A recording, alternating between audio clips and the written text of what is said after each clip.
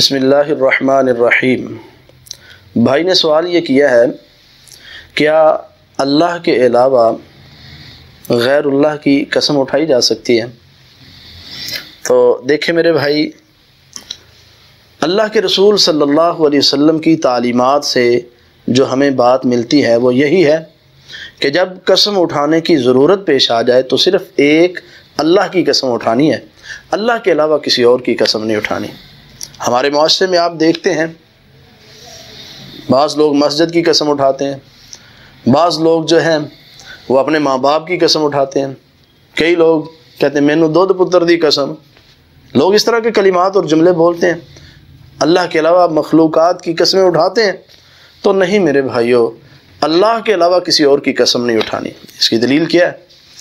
سیدنا عمر فاروق رضی اللہ تعالی عنہ بیان کرتے ہیں کہ ایک دفعہ میں اپنے دوست و احباب میں بیٹھا ہوا تھا، تو باتیں کرتے کرتے میں نے اپنے آباء و اجداد کی قسم اٹھائی۔ اللہ کے رسول صلی اللہ علیہ وسلم نے اس بات کو سن لیا اور نبی صلی اللہ علیہ وسلم نے فرمایا لا تحلف لآبائکم یا لا تحلفو، اے عمر اپنے آباء و اجداد کی قسم نہ اٹھاؤ، اگر تمہیں قسم اٹھانے کی ضرورت پیش آ جائے تو صرف ایک اللہ کی قسم اٹھانی ہے، اس کے علاوہ کسی اور کی قسم نہیں اٹھانی۔ سیدنا عمر فاروق رضی اللہ تعالیٰ عنہ کہتے ہیں کہ پھر زندگی بھر میں نے اللہ کے علاوہ کسی اور کی قسم نہیں اٹھائی، جب بھی ضرورت پیش آئی ہے صرف ایک اللہ کی قسم اٹھائی ہے۔